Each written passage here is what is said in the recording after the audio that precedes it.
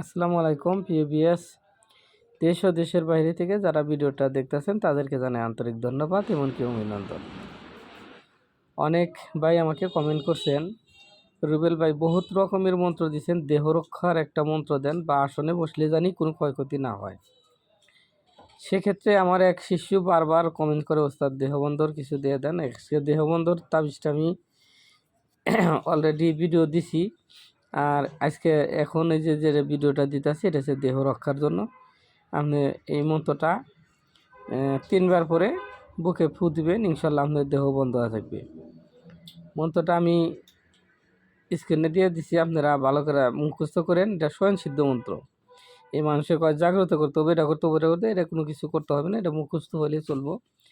এটা আল্লাহর নাম দিয়ে একটা ভালো মন্ত্র, যে বিসমিল্লাহির রহমানির রাহিম, কাল্লা বন্ধ আল্লাহ ধর বন্ধ আলী, আমার শরীর কোনো জায়গায় নাই খালি, ডানে ডাল বামে ডাল, মোহাম্মদ আলীর জুলফিকার, মধ্য আলী জুলফিকার, আমার শরীরে যে চড়াবে ঘা, দোহাই মা ফতেমার মস্তক হক লা ইলাহা ইল্লাল্লাহু মুহাম্মাদুর রাসূলুল্লাহ। এটাই ছিল মন্ত্র। আপনারা দেখে মুখস্থ করে নেবেন। আমি এটা দিয়ে বন্ধ করি না, আমি আমার মতো করি, যেমন সার্কুল পড়ি।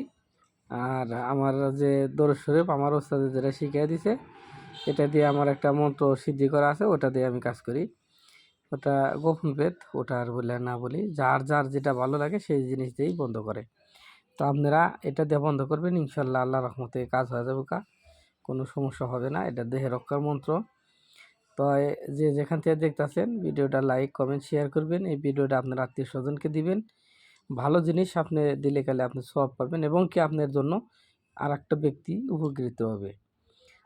আমাকে দিয়ে যে কোনো ধরনের কাজ করাতে চাইলে ভিডিও নিচে হোয়াটসঅ্যাপ ইমো নাম্বার আছে, যে কোনো ধরনের কাজ আমাকে দিতে পারেন। কথা সাপেক্ষে ভালো পরামর্শ দেওয়া হয়। আর অনেকেই চিন্তা ভাবনা করছেন যে ভালো কিতাব নেবেন, কিতাব আদি দেখেন, যদি কালে নিতে চান দোয়া করবি যে আমার কাছে সব ধরনের কিতাবই পাইবেন। অনেকেই বলছেন যে আসন লাগবো, 2-3টা আসন আমি এর আগে দিছি, তারা আবার ফের অর্ডার দিছেন আসন পুরান হলে ধোয়া যাবে কিনা। হ্যাঁ ভাই, আসন পুরান হলে ধোয়া যাবে, ইনশাল্লাহ আপনার করে আর আসন লাগবে না। ওটাই ধুয়ে আপনারা পরিষ্কার করে নেবেন।